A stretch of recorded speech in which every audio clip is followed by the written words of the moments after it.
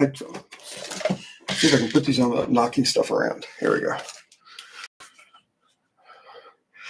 Hello, hello, hello. Let's hope we have a decent quality. There we go. These lights keep flickering. I think I got 8 new drawing lamps here because one of them for certain is flicking off on its own. Oh my god! I had it for 5. For some reason, they changed it to military time when I was setting it up, and I did the math thinking that it needed to be 1900, and I must have misclicked and hit 1700. I'm so sorry. I am so sorry. Yeah, today's been really weird. I mean, I've reset my modem like 3 times to try and get decent internet. So let me know if this signal starts going south. I might have to cut it short. All right, I did get some new books this week, but I realized I haven't been talking about my really large library of art books I've been collecting my entire life in. And one of the ones I would like to talk about is Gnomes by Dutch artist Ryan Portvliet. Let's get this down here a bit more so I can show it better. Now, this came out, I believe, in the 70s in English. It probably has originally published 1976 in Werkendave Kabouter, which is Dutch. English 1977. And this is brilliant. I believe almost all of these illustrations in here, which he did completely for his own little fabrication of the world of gnomes, are done in oils or an oil wipe technique. Although some of it looks like watercolor, but he does so much work with oil and colored pencil that it's just wow. I've never ever been able to find like a process video on Ryan Portvliet. I have a lot of books. Ooh, there's some nudity. I better be careful. I better be pretty careful flipping through. But it's just beautiful, beautiful world building. Everything's so beautifully handled in media. Like this rabbit, isn't that beautiful? And yeah. So I just wanted to share this with you. I believe the 30th edition of this book is in print now. And it's only about $50. So for like this massive full color art book with this beautiful, beautiful work and wonderful stories and stuff like that too. And look at that horse. I have his book on horses. I have his book on dogs. I have a book on life in the forest. I have a book on early 19th century Dutch life. I believe he did a book in the Bible. I may have that. I'm not sure. I have to double check. And it's just so good. It's like comfort food flipping through a Ryan Portvliet book for me, especially his animal books. But I think more people, especially people who tune in here, would probably love to see his gnomes because of the fantasy nature of it. I mean, there's these beautiful, massive landscapes he does with a tiny little kabouter in the background here. I think there's one. So you got to look for the little red cap. And I'm not seeing it. The cat with a mouse. Yeah, I'm playing Where's Waldo right now, and I'm not seeing the little gnome. There's a nice splash of red there, but that's clearly not it because it's not the shape. There's a little gnome here. A little gnome watching someone quicksand. You know, when we were kids, we always thought quicksand was going to be a bigger deal than it really was. I think this might have been just a landscape for himself. I think the landscapes without gnomes might be other work he repurposed because he did so much work. No milking a cow. Oh my God. It's brilliant. Yeah, it's like this. Like here's a big forest fire. A little gnome in here waving the deer out. And we're going back in history. We're going back to the point where a lot of people don't know this, but early humans, before the advent of heating, they'd build their houses in a way so the animals, the livestock, would be in a room in the house, and the warmth from the animals would help warm the entire home. Amazing stuff if you look into that history. Trolls. This inspired, this was such a big hit. It inspired a bunch of other books, like knockoff books. There was a book called Giants, which the cover was amazing, but really fell apart as soon as you got into it. Some beautiful work in it, but some really mediocre work. And then there was Brian Froud's Fairies book, which is also a favorite, plus Press Fairies book and Unusual Stains. I think that was the end of it. That was all by John Howe of Lord of the Rings fame. Love this book. Love this book. Yeah. So I've had this. What printing is this? I should check that too, because I've had this for a very, very long time.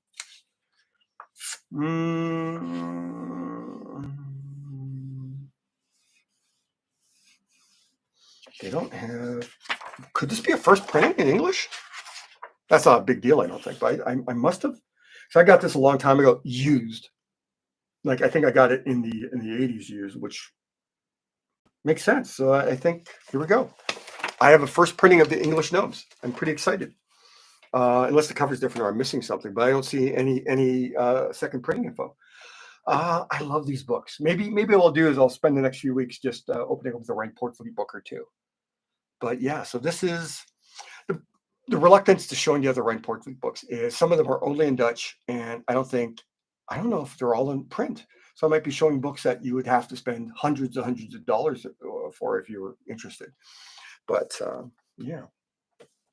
So I was planning to work on Dancers End at a Time. That's Anzen's Patreon. Let me get this back up here. That's where we're going to be inking. We're going to be inking up here at the top. Yeah, damn, that screen is slow, isn't it? That's not good. That's not good. So yeah, so I was doing composition. I finished the book early in the week, and while I was working on Toxic Avenger, Second Coming stuff, and what we bring only death. I did about 6 layouts, and all of them feel bland and boring, and they just look like people dancing. Which, I mean, yeah, I get it. It's literal, but it's like it just feels too literal, right? Too superficial. So yeah, so I'm gonna try and I want to do I mean, they're cover quality commissions, so I gotta have that extra level of composition working within a piece. So I figured I've been putting off inking page 2 from Toxic Avenger Jesus. And I figured, live stream. At the very least, I can probably do at least that panel. The light just went out again. Here we go. Here we go. Yeah, they've just been flicking up. I'm not sure why. Maybe they're like I've had one lamp I had it since my teens. Oh my God. So like for over 40 years. So the one in the middle, my favorite lamp is like over 40 years. This one's an IKEA lamp I've had for about 8 years. The other lamp over here was a cheap one I picked up at Staples for like $10 on sale. And I don't, it seems to be a little more stable than the other ones, but also kind of crappy. So who knows? All right. Oh, chatter. All right. Yeah, military time. Yeah. Ooh, Belgique houses? Yeah. Animals bobbing before. Really? I've never seen that. I've seen houses. Um, I've seen houses built like this that were split for animals, where you would have almost built like a barn in their own construction. So they would have. Let's put the door here. They would actually have this divided to a third. They have a big barn door here. They'd have stalls for various animals. And then here, as often as not, they would have very likely either a central hearth or they would have a wall-mounted fireplace on the exterior wall. And then they would have cupboard rooms with an extra wall, but like where they would sleep. So they close up. They would actually have these enclosed rooms that would trap. So this entire place would be heated from that side. Animals here. People. Right. So the animals would be in here mostly during the night or when it's really, really cold. Their body heat would be enough to warm this wall a lot. The fire over here would warm this up here. The combination of the two would keep both humans and animals in better case. Although proximity to animals is probably why we have better immune systems because we probably caught tons and tons of diseases in the early days. I think there was like also like there'd be like a storage, probably cupboards, maybe a table, right, and then maybe some other storage. So that would basically be it. Maybe a window there. They would only have small windows because they would also lose a ton of heat. But they'd have windows opposite each other to let the wind go through for the heat in the summer. Yeah, yeah. So it's fascinating. Above each other. Wow. Yeah, everything. Well, everyone was dying back then. So yeah, this is first page of. Sorry, first page I'm doing online. Toxic Avenger Jesus. No spoilers. Mainly because I'm convinced there's not going to be any spoilers because when Ahoy eventually releases a preview of this book, the first 4 or 5 pages are almost always a gimme. So I'm pretty sure everyone's going to see this online in a few weeks. Who wants to see it? Yeah, child and infant mortality was huge. It was. I hear those stories, and it's heartbreaking, isn't it? It's just too much. Okay, so because of my worries about the internet, as soon as Mark's fun. Mark's real fun. He really nailed it this time. We actually kind of came to an agreement. While this is a Jesus, I floated the idea with Mark that maybe this is a Jesus who altered reality, where he got dropped with Toxic Avenger instead of with Sunstar, and he's had it a little rougher with a different world. He landing in Tromaville, so he's going to be a little more ragged and thinner in this issue. So that's my little overly creative investment into this. And yeah. So, here's sad Jesus because, he's in handcuffs. Why is he in handcuffs? I'm not telling.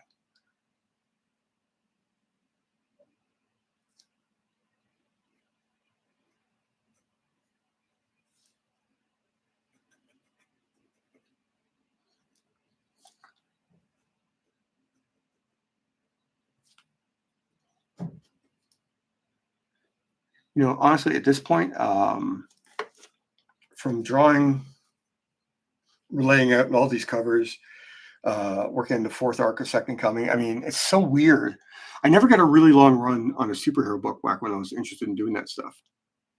So it's so weird to finally experience what it's like to just draw the one character for an extended period of time. So the character is just in your hands. And it's just, I kind of know his face. It's a strange feeling, I gotta say. I have a feeling if I got to run a New Warriors I thought I was going to get, and then I went on to another Marvel book, I'd had that experience like in the 90s. But I had to quit New Warriors. It just wasn't a good experience with the new writer.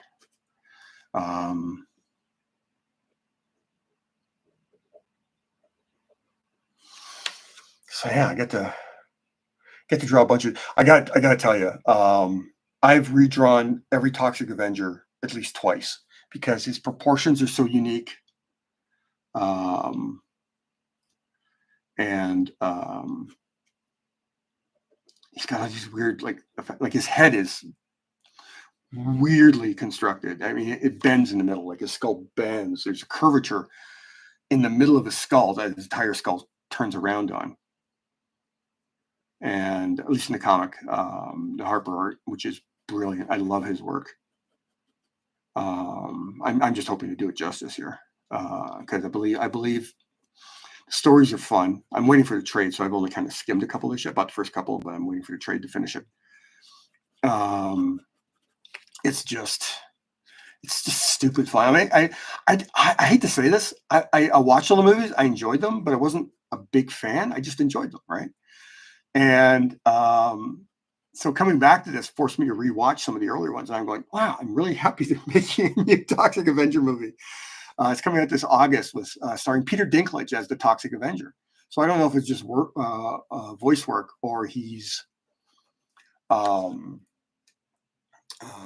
a suit. That might be interesting.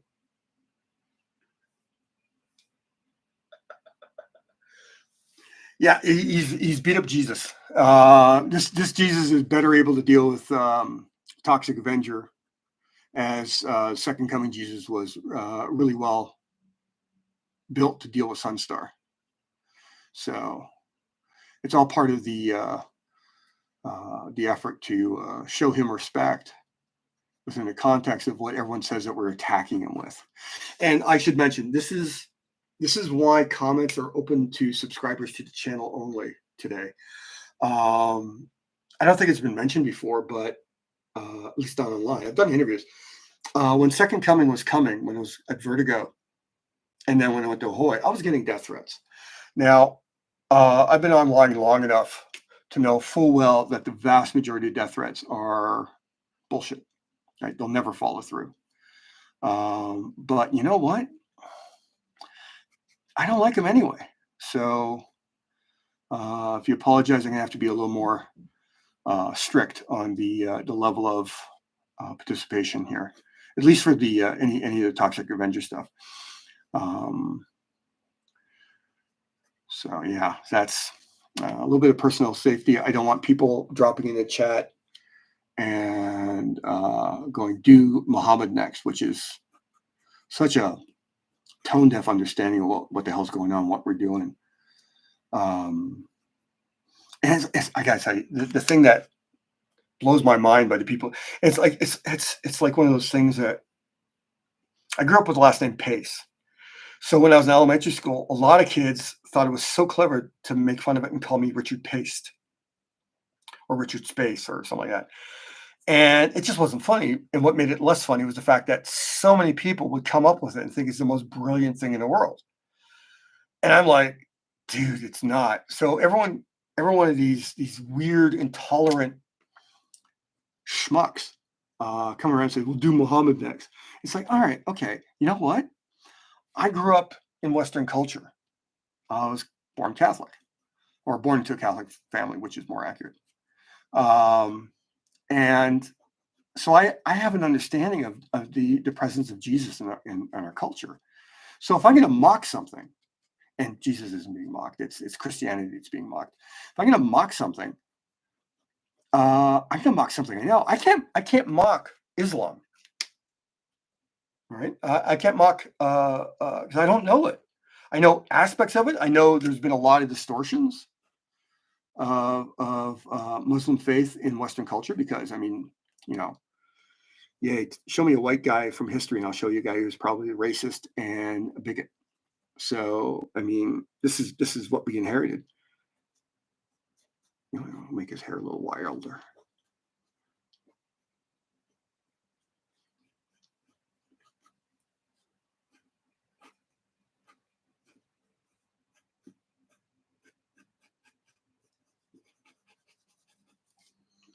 Could do some brushwork in here too. Just want to get his hair all messy.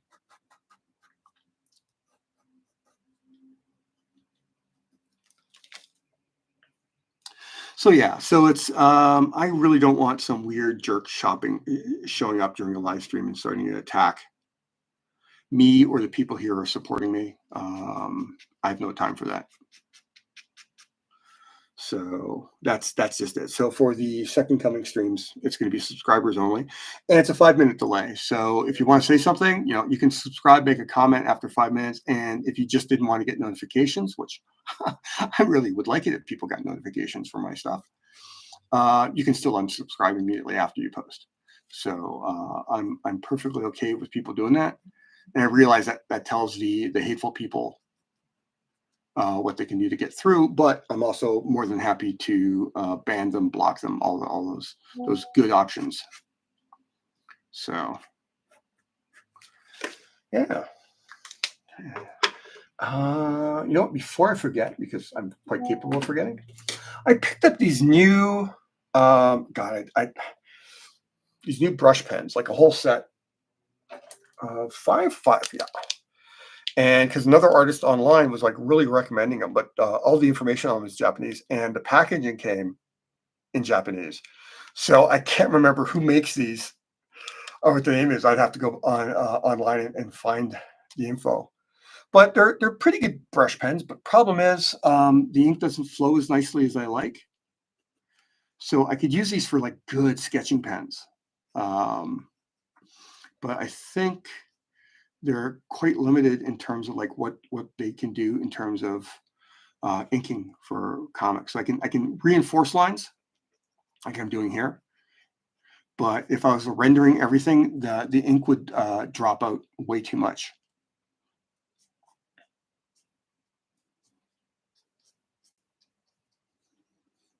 It's got darker. Let me get this in there a little darker.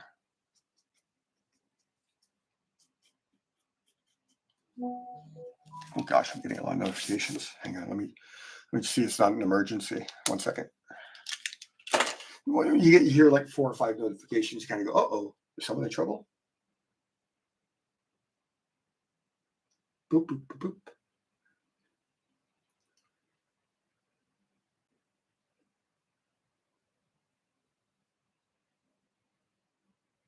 Do, do, do, do, do.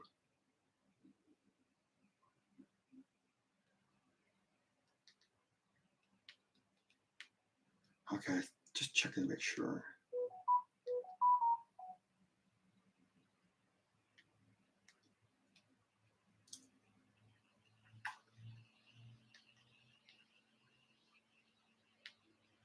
Okay, tell him I'm gonna contact him after.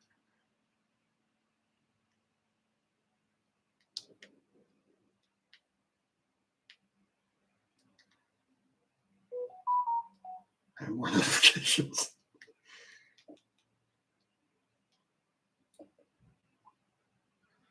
Okay, no, that's good. Okay, good, good, good, good. Oh, more comments. Here we go. Here we go.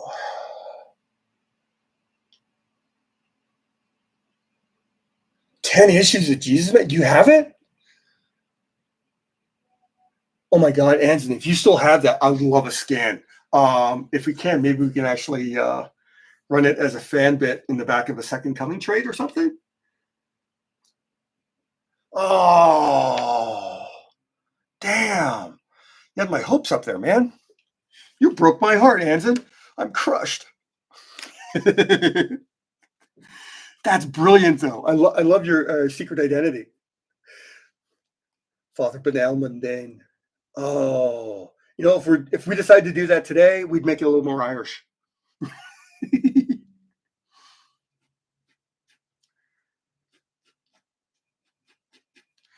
Oh, this is something that matters possibly more to me than any of you guys. So I'm hearing that the new movie released by the Russo brothers, who did the Endgame movies for Marvel and Civil War, uses AI in some as yet undefined capacity. The Russos are doing interviews talking about how they see AI as a threat, but they see really opportunity in it. They're not explicitly saying how they used it. By friends who worked in the production, said it was used in visual effects, but possibly in the writing as well, but they don't know that because the story is so different from the book that and it's disjointed and slow that it doesn't make sense that this would be written by humans who have experience writing, adventure fiction. So I'm never going to watch Electric State. Um, And until they actually say they're never going to use AI in a production, I'm not going to watch any of their movies, which means I'm not going to see the new Avengers movies, which is disappointing. But I live most of my life without Avengers movies, so that's an important thing to me.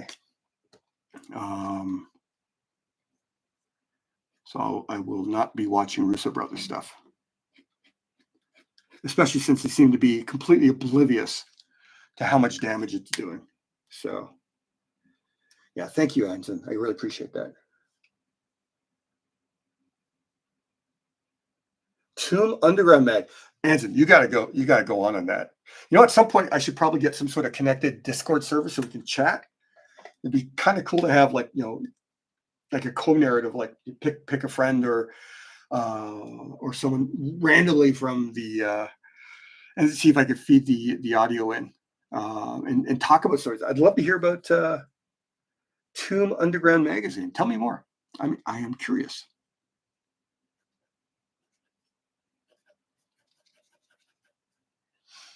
Oh man, look how big I drew that sleeve. Also, his hand's really freaking big.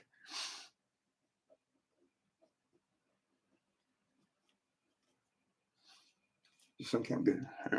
I want to at least finish this panel for you guys. Has a little bit of mechanical work.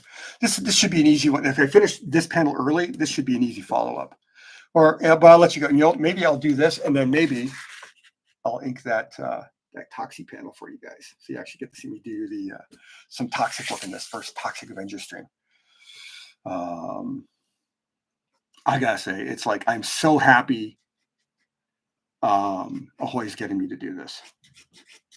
I think this is actually going to take a little bit of while Leonard is recovering from his stroke, which I'm so happy he's recovering. So worried for him. This should buy him more time. Wow, see what I mean? Huh. I just stared at the light bulb as it came on. That was good for my eyes.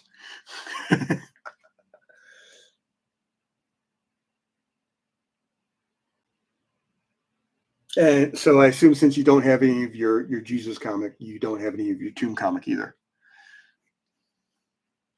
I'm only heartbroken, Anson. I'm only terribly heartbroken. I'm only somewhat cheered up by the knowledge that Germany shut out Elon Musk's Tesla. Was that a little bit too much Schadenfreude? I'm sorry. So it's like, yeah. It was weird. I was commenting on, I ended up, do you guys remember Gareb Shamus from Wizard Magazine? Someone else posted the Germany banning Teslas or blocking Teslas.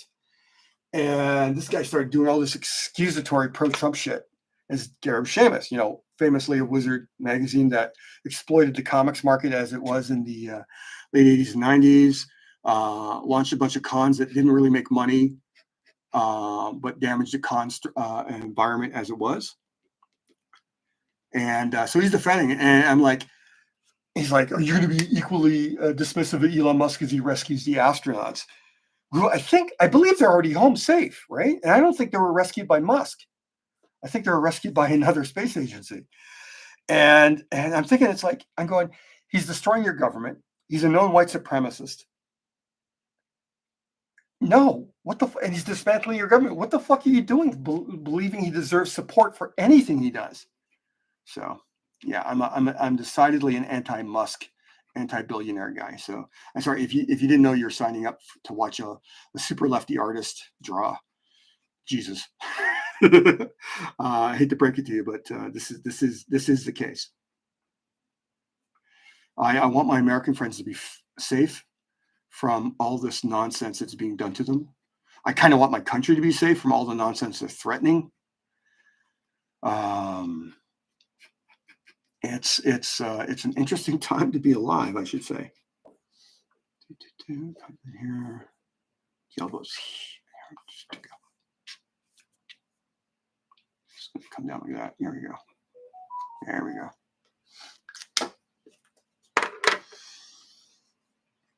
Dirk Gracie versus Puffy the Criminal Bowl of cereal. 50-foot immobile. Oh my God. 50-foot immobile man. No, immobile fern. Sorry, shit. I should have adjusted my glasses. God, I would love this. Oh, too bad, man. Too bad. If you do, you know what? If do me a 1 or 2 page Jesus Man comic, I swear this to you because I'm so enthralled by the idea, and I'll make sure it gets run somewhere by Ahoy. Right? They might resist, but I'll convince. I might even say I'll do something free for you guys if you're on my friend Anson's Jesus comic because I think it's hilarious. So please do this.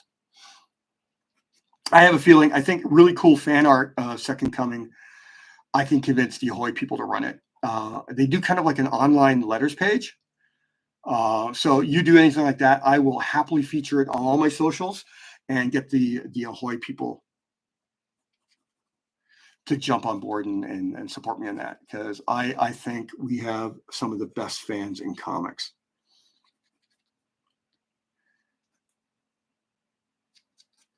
There's actually a guy who cosplayed as Jesus because he knew I was going to a convention at one point. That was hilarious.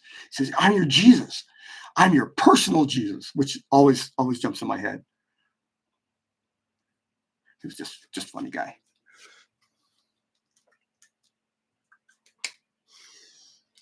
Trying to think. Okay, other positive stuff. All right. So if you're on Bluesky and you're on Bluesky this morning and you follow me on Bluesky, because I'm on Bluesky, I shared possibly my favorite non-art or wintertime camping.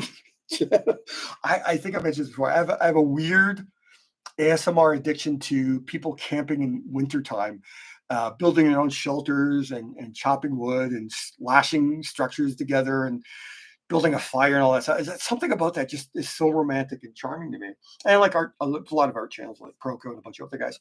But it's called Tribals, but it's spelled with a Y instead of an I. So it's Tribals, which is probably something they didn't think of when they started the channel. But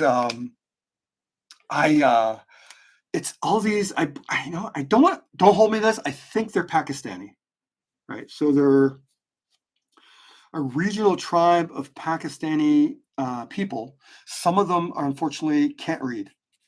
I mean, I think they're from a very rural region of Pakistan. And the host of the channel is showing them he shows other stuff, but mostly what he shows them is really important music to the Western world that they've never seen. And the one, sometimes they're funny, sometimes they're like, they did one on throat singing, which is just wonderful to watch him reacting to throat, like a heavy metal throat singing band.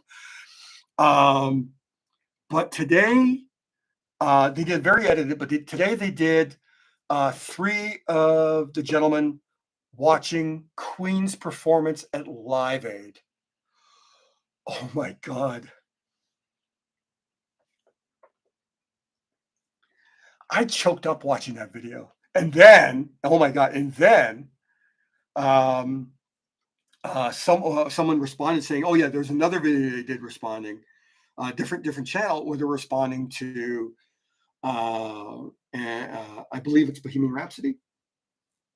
Damn it, I have to check. I have to go back to Bluesky to check. But so I went and found it for him because I'd seen it a long time ago. For some reason, I didn't subscribe to the channel. I am now because I had to rectify that. And that one made me. Oh no! Oh my God! It wasn't Queen again. It was a different. I think East Indian, maybe not Pakistani. A different channel responding to Johnny Cash's cover of "Hurt." And it was a young man and a much older man, and the older man needed a tissue at the end of it. Oh. And the best thing about this is the reactions, especially from the first primary channel, is the reactions are so pure because they're responding to what they're able to understand about the music without understanding the language and with no subtitles they can read and understand. And it's so beautiful. It is so beautiful. So, yeah. So, yeah. I don't know where to go from that. It's just freaking beautiful, man. Let's see. 438. Comic hat was a neon lights on the inside, like star message. That's cool. Yeah, that performance is good. Oh, like watching modern reaction videos is kind of fun. Like, especially as a Canadian, unapologetically, proudly Canadian. I know all the weaknesses and flaws in my country, but I got to tell you, I love my country. I just picked these up this week because I'm gonna start showing my pride. But watching people Americans reacted to Tragically Hip for the first time. Oh my God, that is amazing. Yeah, I mean, they're so huge in Canada. They're so much part of my life here. And these songs are like almost, what's the best phrase? Cultural soundtrack. Tragically Hip are almost like the Canadian cultural soundtrack of the 80s, 90s, and early 2000s. Ah, man. So those, in terms of reaction, so many chords. I was, I was going to say, how many great Gords are there? There's Gord Downey, Gordon Lightfoot, Gordie Howe. I'm sure there's other great Canadian Gords. I was literally thinking because I was listening to that before I turned on the camera. I literally had the thought, I have to look up to see how many. I mean, there's Gordon Pinsett, the actor, it came to mind too. But I think Gordon is a very Canadian name. I know it comes from Britain, but it's a very Canadian name. And I have to think there's more important Gordons that we've produced for the world. And I would like to, I don't know, I'd like to be able to talk about them or something. But yeah.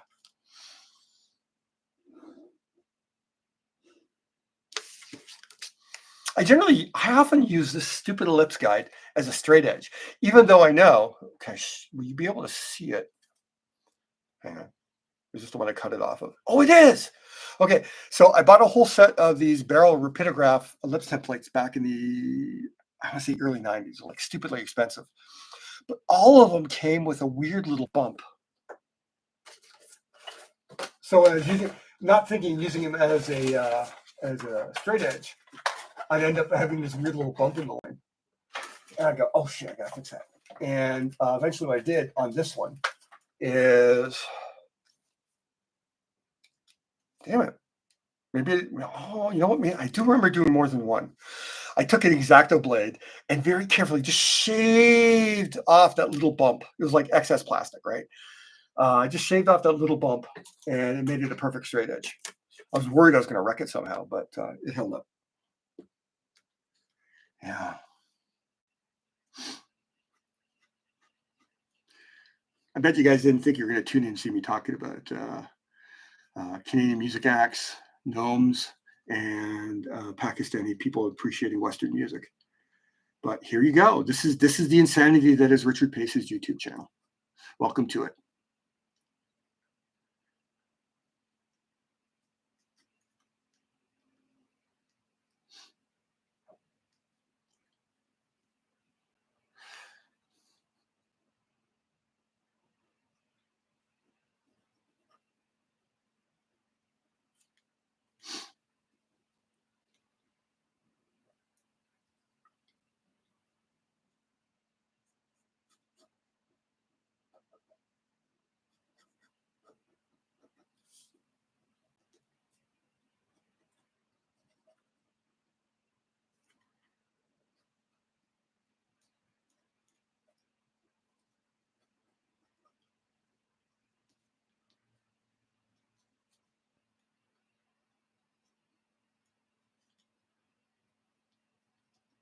Sorry, concentrating hands. Hands, you have to focus, my friend. I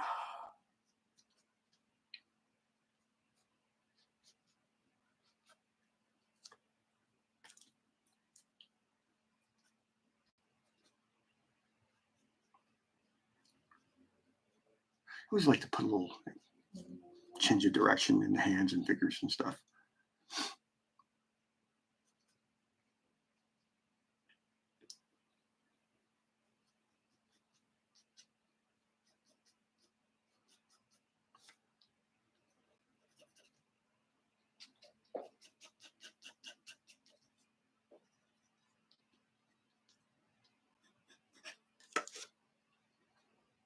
Yeah. I'm trying to think. I've been doing did I mention this last week? I'm doing a Gene Hackman rewatch. I had in life, especially after I heard about the Wes Anderson experience, where Gene Hackman was brutally rough on Wes Anderson during the filming of the Royal Tenenbaums. I started believing all the negative roles Gene Hackman played through the years. And the reality is he was just a weirdly super talented perfectionist who felt everyone else. This is my take on it. This is not facts. This is just based on like all these stories I've been hearing. He couldn't stop himself from trying to help other people perform better. I mean, yeah, I get where it's intensely rude to do that, but there's a great little video with Willem Dafoe talking about his experience working in Mississippi Burning with Gene Hackman. And the only reason he didn't like the role, he felt it was very, very bland, almost cardboard. But once he got into the role, he felt that he was starting to do good work with it. But he was really there just to spend days and days with Gene because Gene's just that good an actor. And on the last day of Gene's filming, Gene suggested they go out for dinner. So he's taking Willem out for dinner and having a wonderful talk, having a good time working together. And then at the last moment, Gene looks at Willem and says, "So you got 2 more days? 2 more days of filming?" And Willem goes, "Yeah." He says, maybe you want to think about putting a little bit more color in your performance." And of course, Willem starts laughing, right? But I mean, everything you hear about Gene is like, that's who he was. He was so much about the craft. If he saw a shortcoming in someone else, I don't think he could stop himself from saying it. Especially, I mean, think about how great Willem Dafoe was. And he was really good, really good. Not as great as Willem Dafoe, but he's really, really good in Mississippi Burning. So he's there. He's good. And yet, Gene says, maybe you could do a little bit better.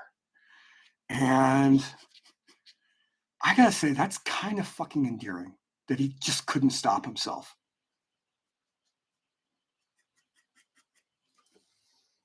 Yeah, look at my scruffy nerf herder of a Messiah.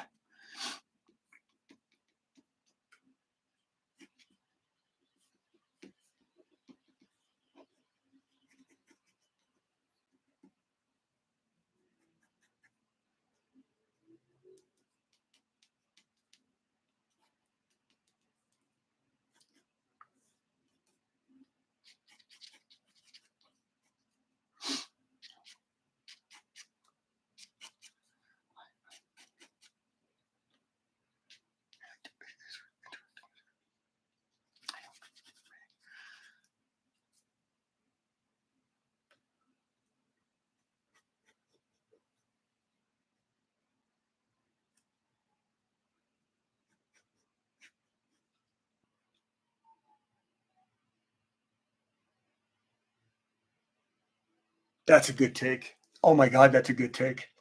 I just the latest thing I rewatched was The Birdcage from like '96. Robin Williams, Nathan Lane, Gene Hackman, Hank Azaria, Diane Wiest, in a perfect. Calista Flockhart too, if I remember correctly. It looks like Calista Flockhart, but she's so young there, and Calista looks so different now. I'm almost thinking it's like, considering so many women in Hollywood look almost identical when they're coming up, that I might be mistaking her for a different actress. But I'm gonna run with Calista Flockhart for now. I just didn't want to be wrong, but I've been wrong so much in my life, I should get used to that. But oh my God, it's so funny. Oh my God, and Gene Hackman's so good in comedy. I think I talked last week about rewatching The Replacements and how good he was in that. It's like he personified so many things that were just wow. I mean, I don't think any actor played a coach as well as Gene Hackman. I think of all the actors who ever played coaches, no matter how much you like them, Denzel Washington, so many others, the guy from Friday Night Lights, all those guys, they're good actors, yes. You see Gene Hackman in that sports jacket and the slacks that a coach wear, and maybe a coach hat and a whistle. Fuck, he's a coach. He just embodied it. I mean, he was really good at playing a politician, especially dirty politicians. I know. I gotta say one thing. One thing that caught me by surprise. Rewatching The French Connection last year, because it is a movie I watch on a regular basis. I caught it last year. There's a scene where he's beating a black prisoner. And there's this half-second look of horror on Gene's face at what he's doing. And then you find out after, Friedkin had to force him to do the scene. Gene didn't want to do that scene. We're talking about a lifelong liberal, right? Wow. So I don't know. He's so good. Did he let the mask drop a little bit because he thought the camera would catch it? Or was he just horrified about what the character is doing that it slipped? Because I don't think I've ever seen him slip ever, on any other role.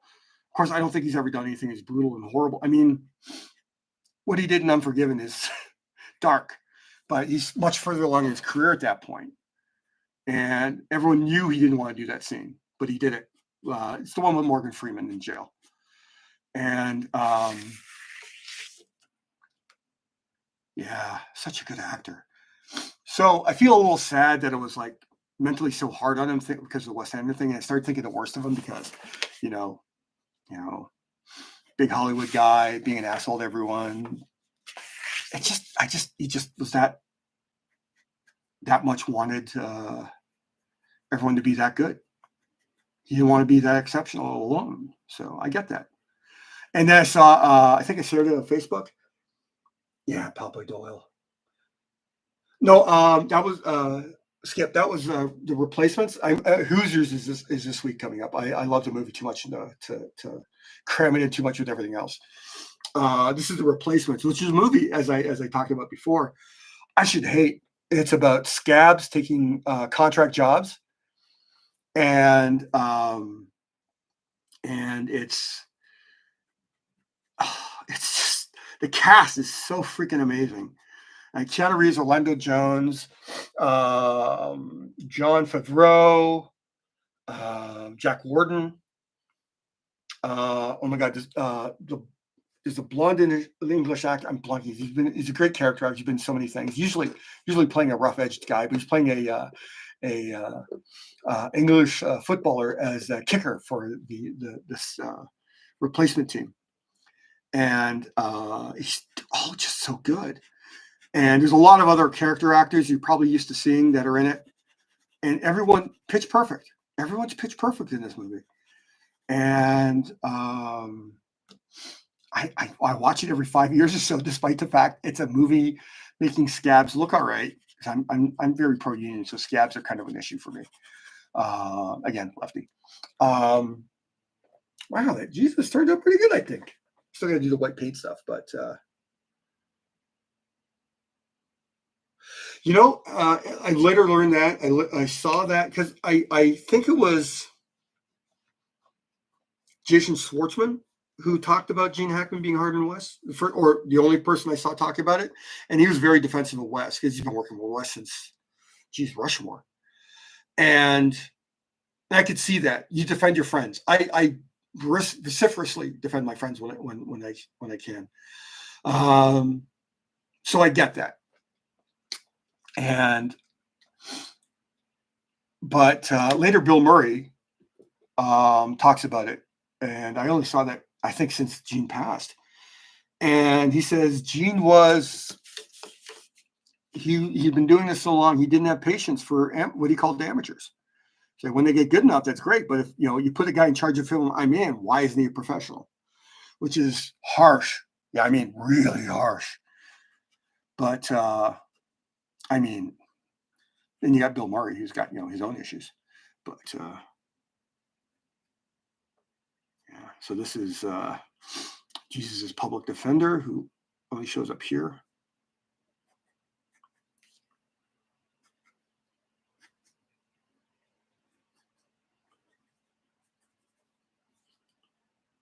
Big old, big choppy mustache here.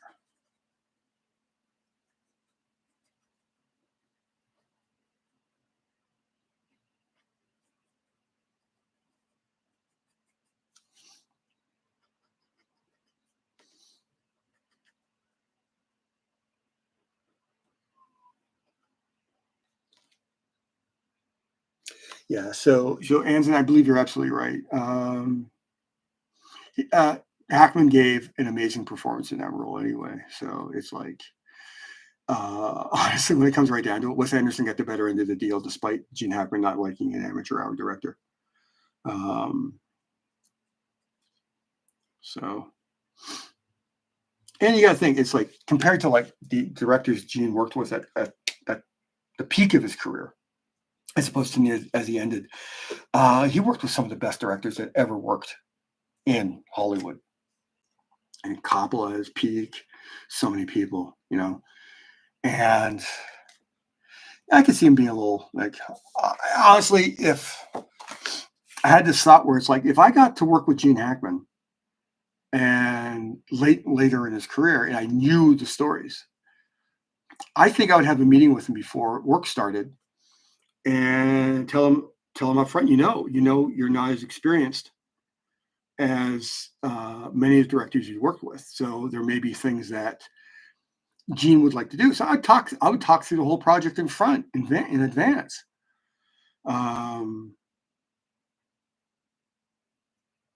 So I think that would have gotten Gene on board. I could be wrong, but I think that would have gotten Gene on board, and would have saved Wes a lot of grief. Probably would have made the set more comfortable for a lot of people. I could be wrong. I'm used to being wrong. Oh, hang on. I haven't done this for a long time. Hang on.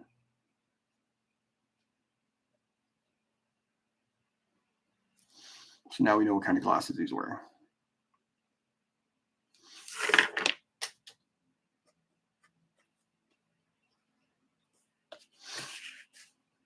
Super illuminary big glasses.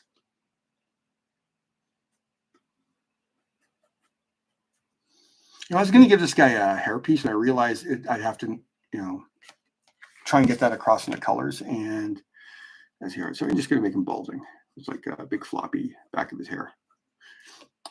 There's loose enough work on him on the other pages on that I can quickly make that balding too.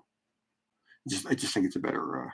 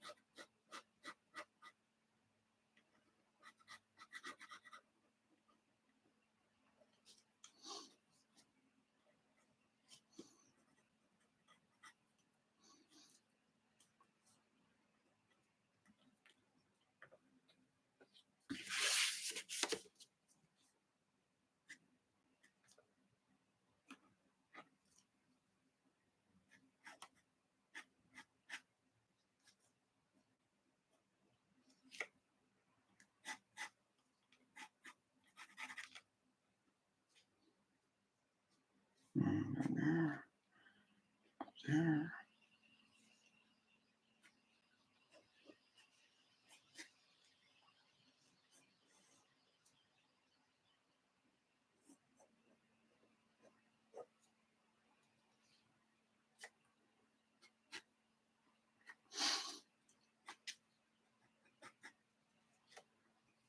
Actually getting questions about what's happening with Diamond and Ahoy and a bunch of other stuff. Ahoy already distributes through Lunar, which seems to have stepped up in a big way after Diamond starting to go into bankruptcy.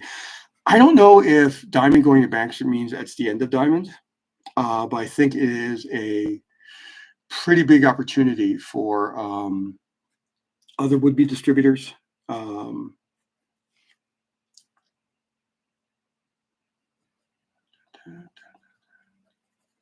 Here we go.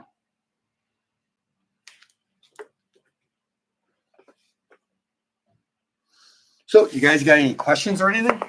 Actually, I gotta drink something really exciting.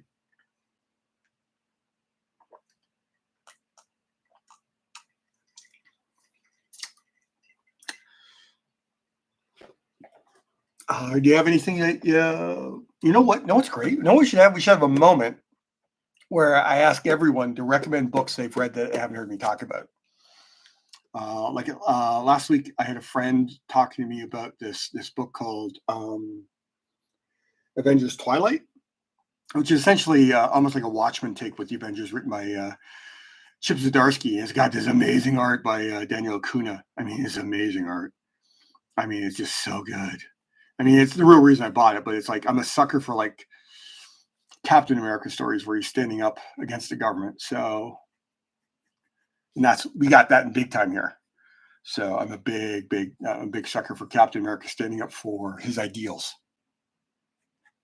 So I'm a soft touch for that kind of book. So I enjoyed it. It's not. Is it as good as Watchmen? No. It's got a lot of clever ideas in it. It's got possibly some of the best art Marvel put out last year. So I'm happy to have it. So, hey, so do I want to do more with this arm? It's going to be, you know what? Okay, so I got to tell you the truth about something. So there's crops in comic books, right? So this page is going to lose about a 1/4 inch of this side, that side, top and bottom. So, you know what? Actually, it's better to use a piece of paper. So this much will be cropped off that. So you can see that? See that? So as soon as I get the shadow in there, I don't know if it's worth rendering past that, even though some might happen. It's just an information to give that curve in the shadow. And I can actually put a little heavier line here, heavy that line there. And then as it crops, it does all the information I need. And I don't have to do more rendering there. So it becomes, I can let the drawing go at a certain point, which is a nice thing to do when you're on the deadline. And I'm already taking longer. Like I think I mentioned that I had to redraw for the cover I did. I had to do it toxic like 3-4 times. I even started inking them and realized I needed to repencil them. It's just getting the design respectfully in my hands. I think we were close enough there when to realize it's Toxic Avenger, but I honestly think you accept a gig like this, you got to respect the other people working on the gig and do your best work to match their intent. So if I want to respect, there was a writer and artist who work and all the other artists who are going to work on the other crossover books. The better, more comics accurate my Toxic Avenger is, the more respectful I am to them as creators. So yeah, I almost said Russell Brand. It's not Russell Brand.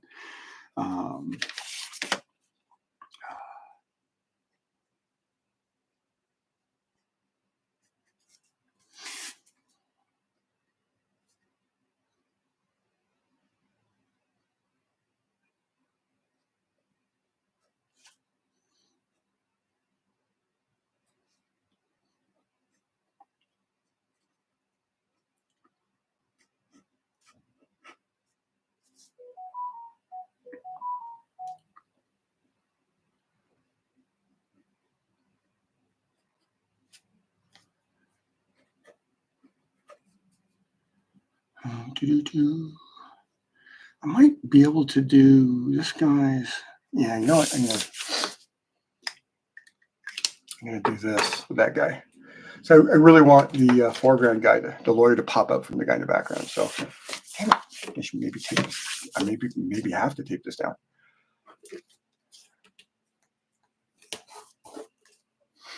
Get this fat brush here.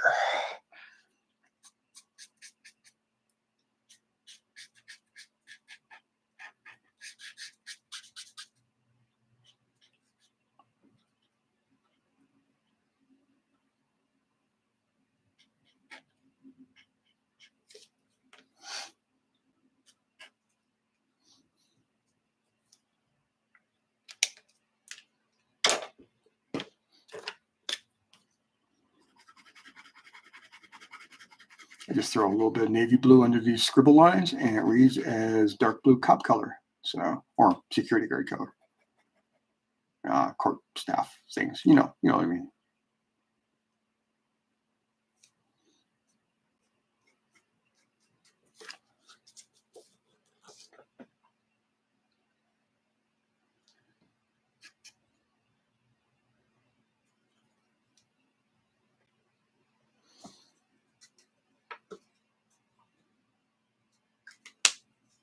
Oh, here we go.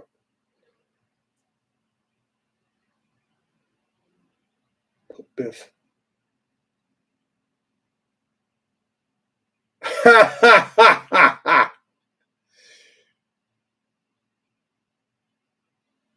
I don't know if it'd be visible. I mean, there's like usually a button in a pocket. There's a little tab here on the side of the hat. Usually a badge of some sort. It's usually a sewn on decal of some sort. There's on the other page. There's another view of a security cop or like prison guard cop, whatever. I can't remember what they're called. Brains mush. And you see even less of his uniform. He's reading. He's sitting there overweight, reading a newspaper. How are we doing time wise? 8:02. I could quickly do the perspective here, and then I will ink the toxic face. Pull up the big set square. You show me straight lines, or I can slightly adjust them with, yeah, I'm going to use the 1 here.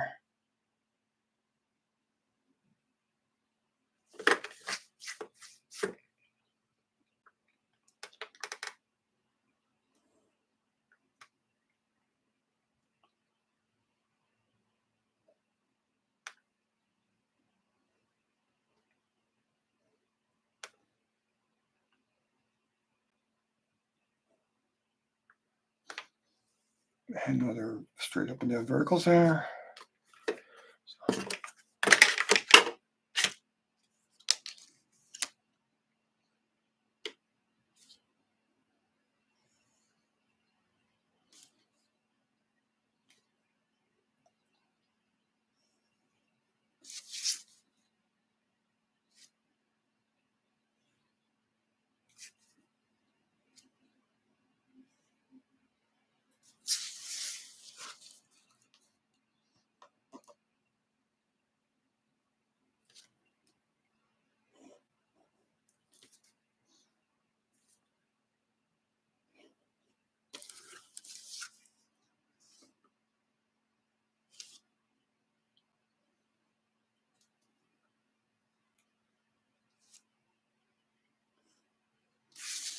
Oh, you know what? I didn't draw the guy's upper shoulder. That's stupid.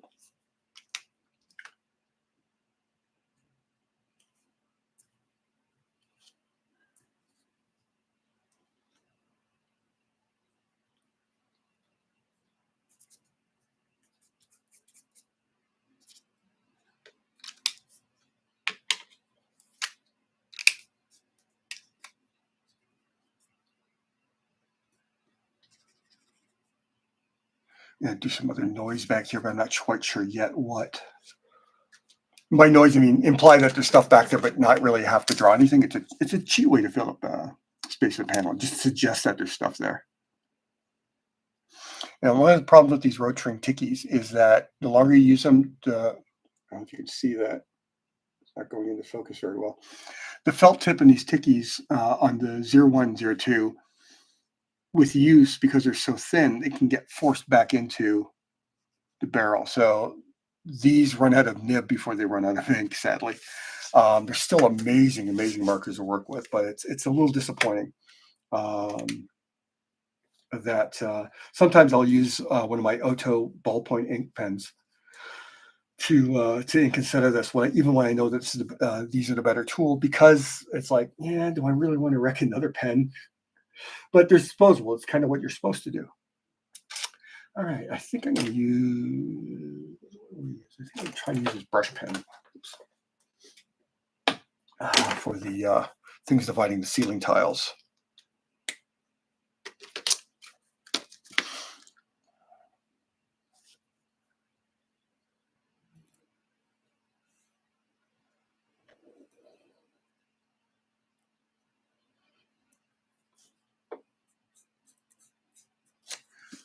I'm turn it all right. Yes.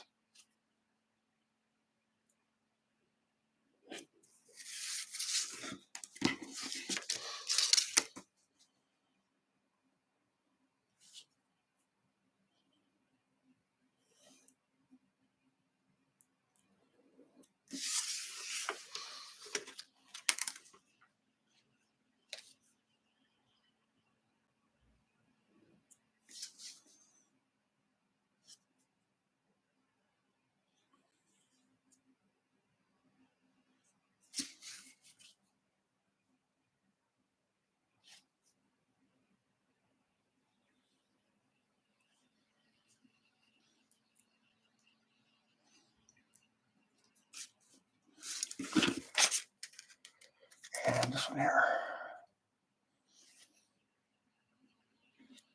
There you go. Let's finish what I wanted to do with that ceiling tile.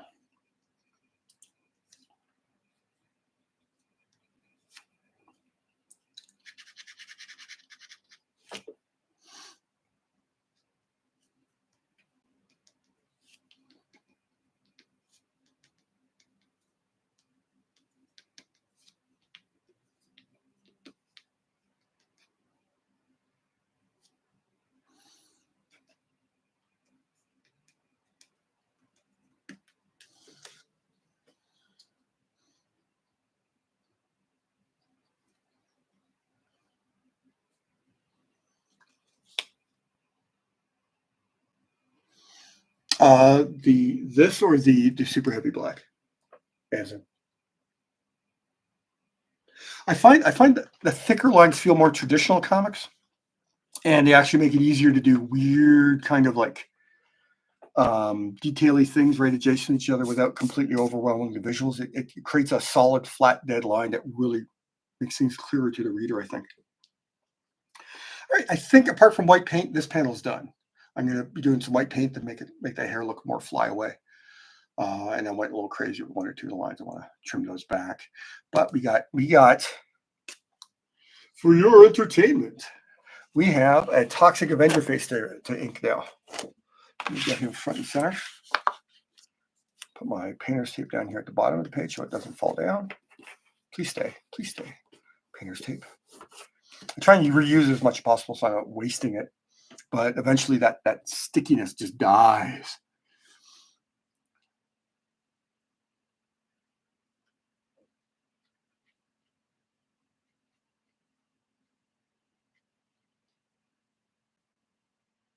Yeah, I gotta double check how dark Toxic's eyes are. So I'm not gonna fill in that pupil yet. I gotta double check.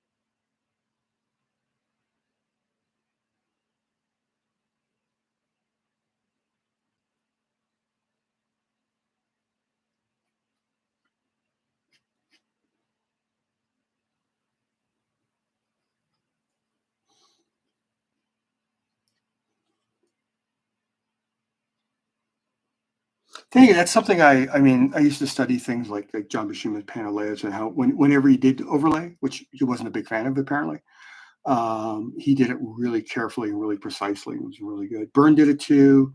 Adams did it to less extent, but it was like he did it enough for me to actually go, that's how not to do it. I love Neil Adams's art, but I think he was a really terribly mediocre storyteller. I mean, I've said that once before, and I said, well, when you can draw as well as he can, maybe you can critique his storytelling. I said, well, you know what? Maybe if he could storytell as well as I could, he could critique my drawing. And the guy didn't like me saying that at all. So I was like, I won. God, I was an asshole when I did that.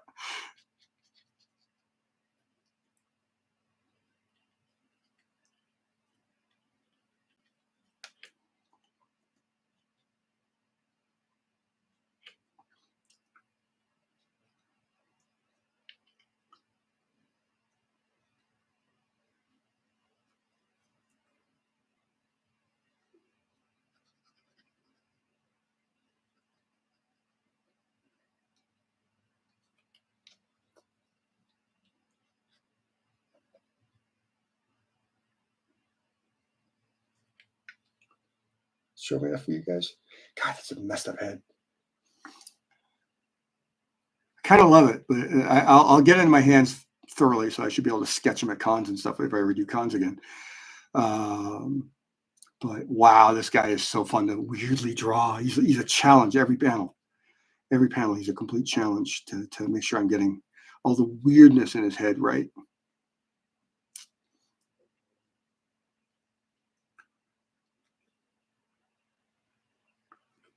Originally, this was going to be more full by his head, but I realized he's saying something, so there's got to be a balloon. The balloon can overlap his head a bit, but can't overlap it a lot because it looks really weird.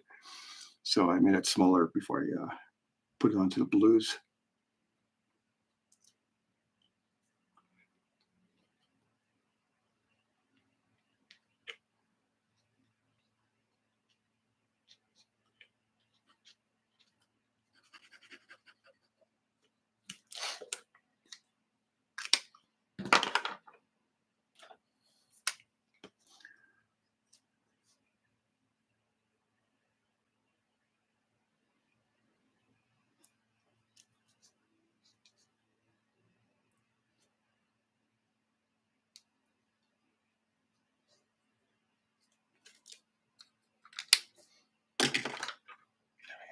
Using a 2 here.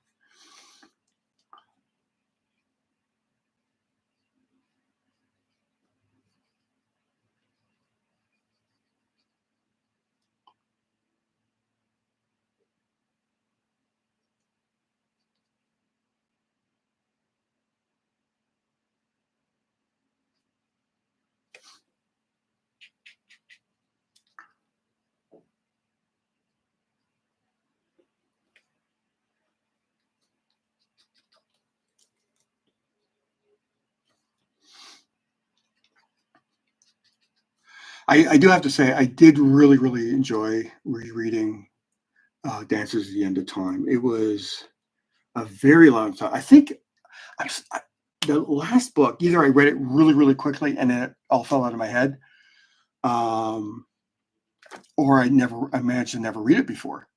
So reading the complete trilogy was like a great experience.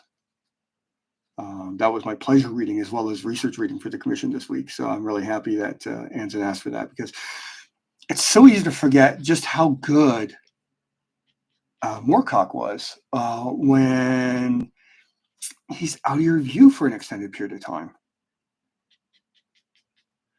Rereading Elric last year, oh man, such a great experience. Also love those Euro albums that come out. Like another volume just came out a while ago. I think at one point it looked like they were going to be canceled, but they're still going. Apparently, there was like a second wave of people going, yeah, we want more of these. A little bit of line weight here on that.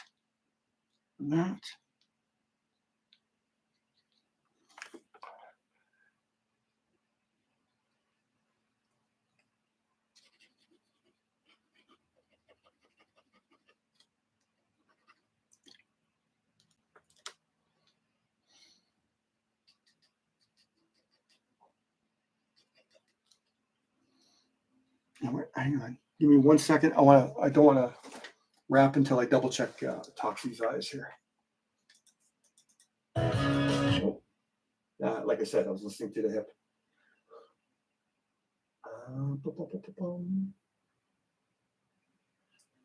Oh, you know, I just posted. Actually, I posted the whole image instead of the one I cropped for a Facebook profile pic, not profile pic, but the banner. So there it is. His eyes are, in fact,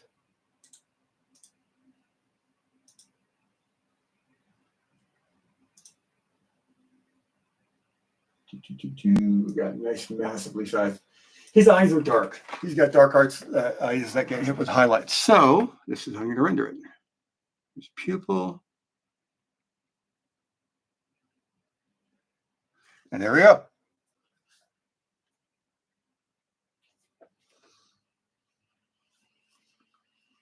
Yeah, it's like one of those things where it's like no one was talking about. I mean, I think, yeah, Ulrich's hard to. Elric is too strong and too much has happened with Elric to not just automatically have him be your favorite, at least to me. But my affectionate favor is Corum of the Six Fingered Hand. And I also loved when Mignola and Kelly Jones were drawing the adaptation. So those visuals to back up the images I had in my head were wonderful. I love the deep Celtic nature of Corum. It really appeals to me. And then there's like one-offs, Mother London, a whole bunch of his other novels that are just really, really good. But you forget how his like Hawkwind, all the other stuff, the stuff that people don't talk about as much, how good that shit is, man. Especially, if you read like when he was happy, like he went back and he edited a whole bunch of his work, like just subtly, just to make him cohere a little bit better. And it was just wow. All right, so tonight we got this panel done, which I'm pretty happy with, and we got this panel done, and with essentially 12 minutes left, maybe I could do that Jesus, but I think I want to eat dinner, so I'm gonna do my wrap down, and this is how it goes. So I want to thank you so much for coming and joining me here. It's so wonderful. Yeah, I haven't. Oh my God, I don't think I've read those since I first did back in maybe the 80s, early 80s. God, I might have to track those down. I just hadn't thought of them. Yeah, so thank you very much for showing up tonight. Thanks for commenting. Please like and subscribe if you're so inclined, if you haven't already. If you're interested in seeing my other work, I still use Instagram for the meantime. I'm less active there than I am on Bluesky, where the same amount of work gets posted, as well as a whole bunch of other things like that. A couple of tribals videos I posted today, and a bunch of political updates so people know what's going on in the world. And if you really want to support me directly, I know I should talk about this more forthrightly. I do have a Patreon that only has 2 tiers. It has a $1 a month tier where you get to see everything, which that means all the work uncensored, because I have to censor everything on pretty much every other platform. And honestly, even though I know Bluesky is a little more open at this point, I'm still leery of it. So I'm still cautious about posting fully nude or explicit work on Bluesky. So you get to see everything I do on Instagram. You get to see it weeks to months ahead of the stuff showing up online. I'm always open. I'm surprised. It's like I always tell people, it's like, if you want me to, teach or show something, feel free to ask it over on Patreon or here on YouTube, and I'll happily take the time to do a stream just on educational stuff. I remember a lot of people were really happy when I did that, how I approach a page layout for the first page of Coven Tales from the Witch House. So yeah. All right. Thank you, Anson. Yes, I hope I'm getting slowly better. Today I had a rough night sleeping for some reason last night. It could be I suffer from low pressure weather pattern migraines sometimes, and we've had like a whole bunch of weather patterns moving in through this region of Ontario that have been messing with my head. I actually wasn't able to do any work at all Thursday. I had such a bad migraine. Yeah. So next week, if I can crack Dance at the End of Time, I'll be doing that. Otherwise, I will do another, hopefully low spoiler page from Toxic Avenger, because that's the thing under deadline right now. And yeah, I'm looking forward to next week. And I'm going to worry about it. I always worry about it. That's how I'm wired. But thank you again for all you coming out. Thank you for commenting. Feel free to comment below if you think of something after. More than happy to come back and read. And I have a sad thing. There's a wonderful guy who won the Hellboy sketch I did several weeks back, and I told him he won, but he's still yet to notice it. So I might give it another couple of weeks, and if he hasn't claimed it by then, I think I very much might revoke him winning it and pick someone else at random. So yeah, that's everything. You guys have an amazing week. Stay safe out there. The world's becoming increasingly scary, especially with measles making a massive comeback and the bird flu still a scary threat looming out there. And so, as I recommend everyone, go restock on masks before there's a run on them at the pharmacies, so you and your friends and family are safe. Love you all for coming here, and I'll see you in 7 days. Good night, everybody.